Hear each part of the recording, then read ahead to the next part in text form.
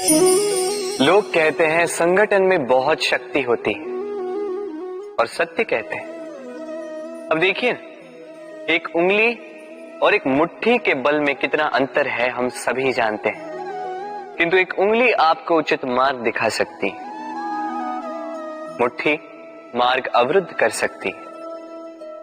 इसलिए यह जानना अत्यंत महत्वपूर्ण है कि संगठन और भीड़ में क्या अंतर है।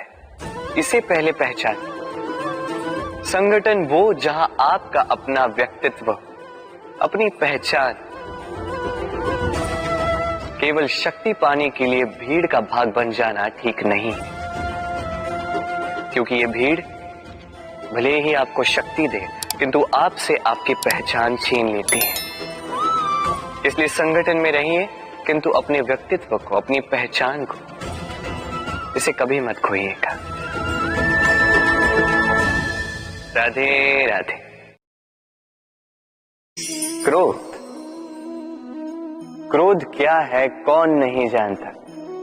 हर आयु, हर वर्ग, हर श्रेणी के व्यक्ति को क्रोध का अनुभव हो चुका है। बल्कि किसी किसी का तो परिचय ही इसी प्रकार दिया जाता है कि व्यक्ति अत्यंत क्रोधी है, इससे तनिक बच के ही रहना। अब क्रोध क्या है हम सभी जानते हैं, किंतु ये क्रोध कर क्या सकता है ये बहुत कम लोग जानते हैं। क्रोध कुछ इस प्रकार है, किसी जलते हुए अंगारे को पकड़ना और किसी और की ओर फेंकना। अब इसके पीछे आपकी मंशा होती है सामने वाले को जलाने की, किंतु उससे पहले तो आपके स्वयं के हाथ जल जाते हैं।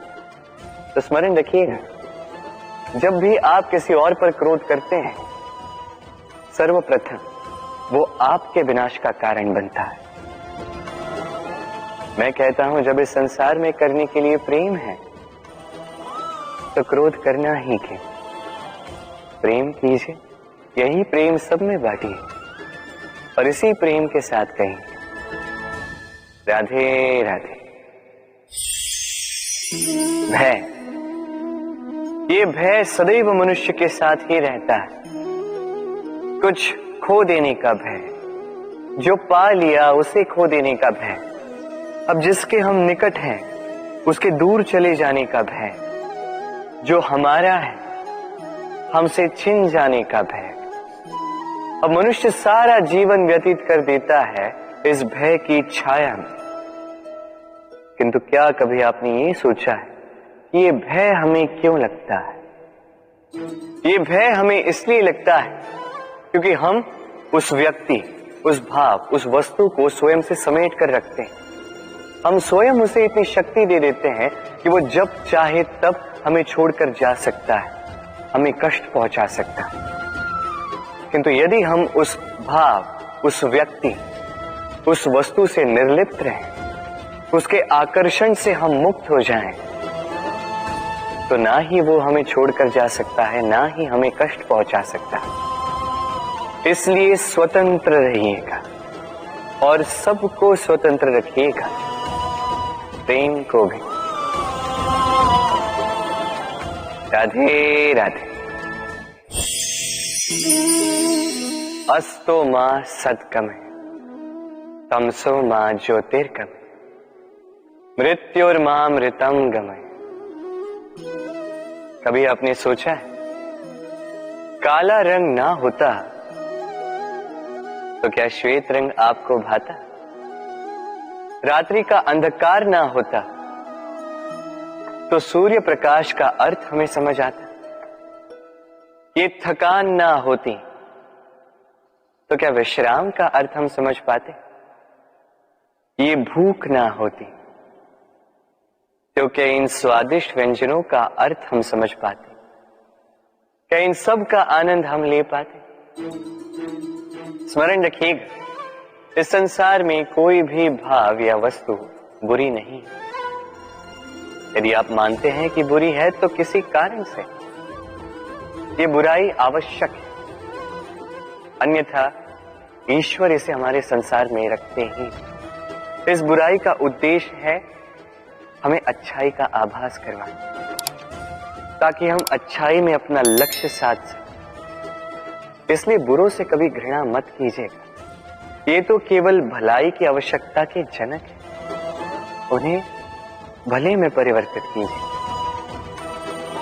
असत्य से सत्य की ओर ले जाए, अंधकार से प्रकाश की ओर ले जाए, मृत्यु से अमरत्व की ओर ले जाए, किंतु प्रेम के पथ से। राधे राधे।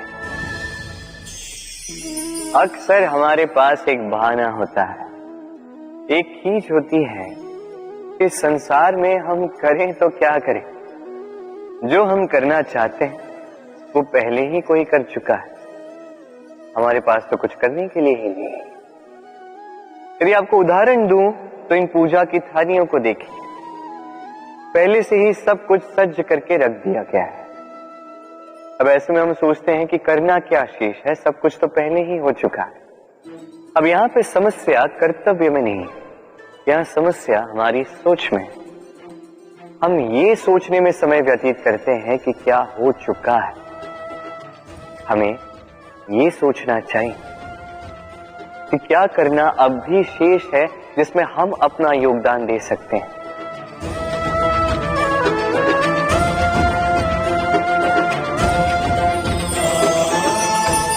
समझे?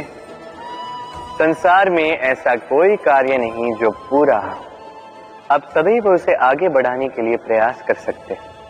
आप उस कार्य को और श्रेष्ठ बना सकते हैं, बस आवश्यकता है तो सकारात्मकता की।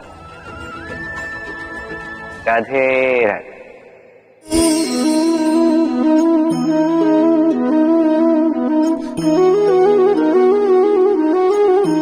चलिए आज आपसे एक प्रश्न पूछता हूं। मनुष्य अंधकार से भयभीत रहता है, ऐसा क्यों? इसका उत्तर है कि इस अंधकार में मनुष्य कुछ देख नहीं पाता, न आगे देख पाता है न पीछे, आसपास क्या है समझ नहीं पाता, न अपनी राह देख पाता है न अपना लक्ष्य। इसके कारण अपना विश्वास खो देता है और इसी कारण से भयभीत हो जाता है। चलिए अब आपसे एक और प्रश्न करता, क्या इस संसार में इतना अंधकार है कि इस दिए का अस्तित्व ही मिटा दे? नहीं, उल्टा ये दिया अंधकार को चुनौती देता है, स्वयं जलकर संसार को प्रकाश देता है ये छोटा सा दिया। अब जब ये छोटा सा दिया अंधकार से भयभीत नहीं होता, तो भला आप क्यों असफलता से भयभीत होते हैं? आपके भीतर एक अमर आत्मा है, बस आवश्यकता है तो उस आत्मा को जगाने की। अपने भीतर की इस ऊर्जा को जगाकर तो देखिए, सब कुछ दिखेगा। राधे राधे। विवाह प्रेम का लक्ष्य है, ये भ्रम है था। और इसीलिए मनुष्य सदैव ये भूल कर बैठता है, सोचता है कि विवाह ही प्रेम का लक्ष्य है। मनुष्य प्रेम को पाना ही प्रेम समझ लेता है। अब देखिए ना, इस संसार में कुछ ऐसे भी भाग्यशाली लोग हैं जिनका विवाह उनके प्रेम के साथ होता है। कुछ का प्रेम ऐसा भी जिन्हें विवश होकर ना चाहते हुए भी किसी और के गले में वरमाला डालनी पड़ती है। किंतु ये दोनों भूल कर बैठते हैं था। विवाह के पश्चात वो सोचते हैं कि हमें तो सब कुछ मिल गया, हमने तो प्रेम प्राप्त कर लिया, हमारा लक्ष्य पूर्ण हुआ। किंतु उसके पश्चात ये जो प्रेम है था कहीं ना कहीं खो जाता। और जिन्हें प्रेम ना मिला वो प्रेम ना मिल पाने की पीड़ा में प्रेम ही भूल जाते हैं। समर्पण, 100% निस्वार्थ समर्पण, वो समर्पण जो किसी मां के मन में अपने संतान के लिए होता है। क्योंकि ये प्रेम दाऊ, ये प्रेम पाना नहीं है, ये प्रेम देना है। अपने आप को, अपने अस्तित्व को, अपनी आत्मा को समर्पित कर देना। ये प्रेम ना ही शारीरिक है, ना ही भौतिक। ये प्रेम तो अपनी आत्मा का समर्पण है। ये विवाह एक संबंध अवश्य है और इसमें कुछ भी अनुचित नहीं है। ये विवाह प्रेम से प्रतिबंधित नहीं है था। ये प्रेम कहीं ऊंचा है। अब यदि मैं आपको उदाहरण दूं, तो क्या राधा के विवाह के पश्चात मैं उसके सुख की कामना करना छोड़ दूं?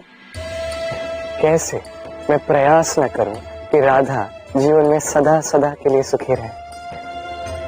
क्या मेरे मन में राधा के लिए प्रेम कम हुआ?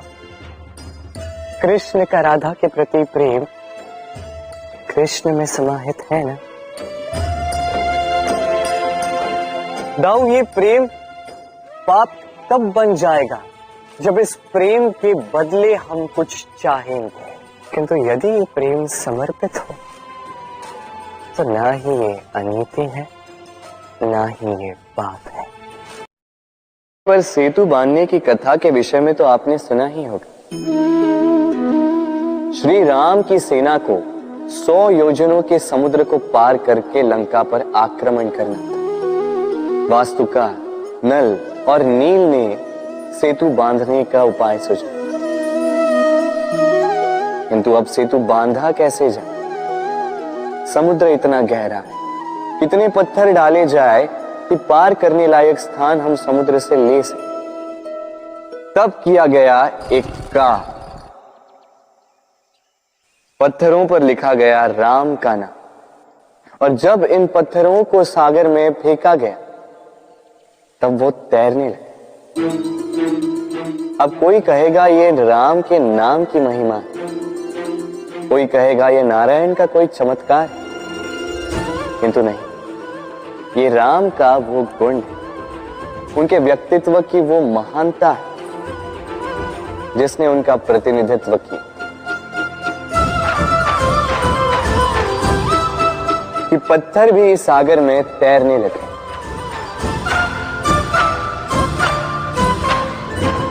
उसी प्रकार जहां हम नहीं होते वहां हमारे गुण हमारा प्रतिनिधित्व करते हैं। हमारे नाम की शक्ति हम स्वयं बनाते हैं, अपने कर्मों से, अपने गुणों से। अब चयन आपका है। आपके नाम के सहारे कोई विपदा से बाहर निकल आता है या आपके अपयश के दुष्कर्मों से कोई डूब जाता है। अच्छे से चयन कीजिए। राधे राधे। कभी किसी पंछी को देखा है? जब उसे अंडे देने होते हैं तो वो सर्वप्रथम एक स्थान खोजता है, एक स्थान जो वर्षा, धूप, शत्रुओं से सुरक्षित हो। फिर वो अपना घोंसला बनाता है, फिर अंडे देता है, और फिर जब उन अंडों से नन्ही संतानें निकल आती तो उन्हें भोजन देता, उनकी सुरक्षा करता। परंतु जब उनके पंख निकल आए तो ना उन्हें भोजन देती है, ना ही उन्हें घोंसला बनाना सिखाती। उड़ने की कला सिखाती है बस। फिर वो नन्ही संतानें उड़ने की कला सीखकर स्वयं अपना भोजन लाना सीख जाती, स्वयं घोंसला बनाना सीख जाती। और हम मनुष्य क्या करते हैं? संतान के बड़े होने के पश्चात भी उनकी चिंता में सूखते हैं, प्रयास करते हैं कि उनके लिए घर बना सके, अपनी संतान को और भी शक्तिशाली बनाने के स्थान पर पंगु कर जाते हैं। जीवन में वही कीजिए जो एक पंछी करता है। अपनी संतान को उड़ने की कला सिखाई, संस्कार दीजिए, और एक समय के पश्चात उसे स्वयं अपना आकाश चुनने को मुक्त कर दीजिए। राधे राधे। अब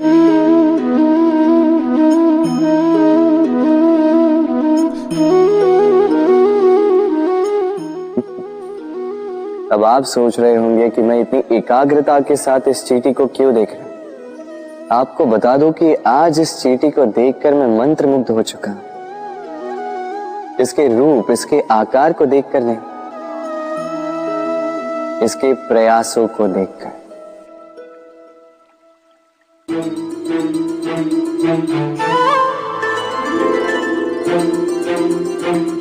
आप जानते हैं, अनगिनत प्रयासों के पश्चात चींटी अपना एक छोटा सा घर बना पाती है, जो अन्य जंतुओं के लिए सरल सी बात है।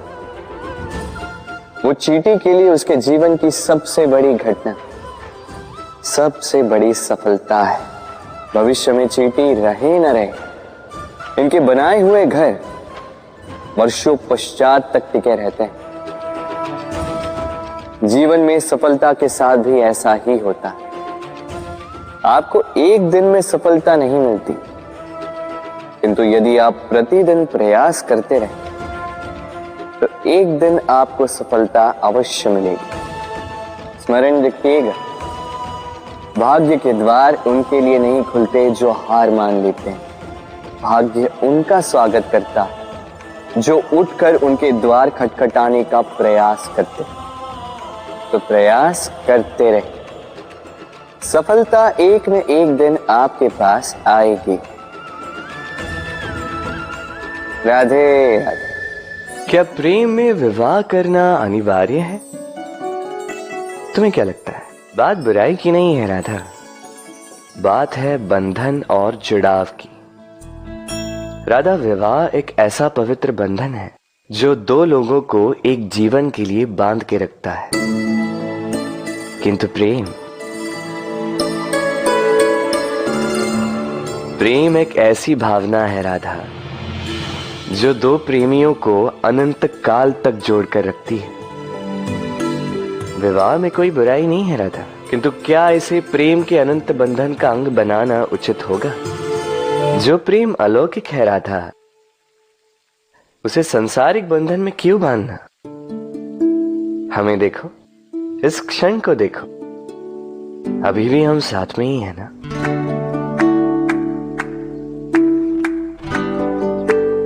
प्रेम भी यही सिखाता है राधा कि दो लोग, दो प्रेमी पूरे अस्तित्व के साथ हर क्षण एक दूसरे के संग बिताएं, बिना भविष्य की चिंता किए और इन आशाओं और आकांक्षाओं के खेल से परे होकर एक दूसरे को समझें।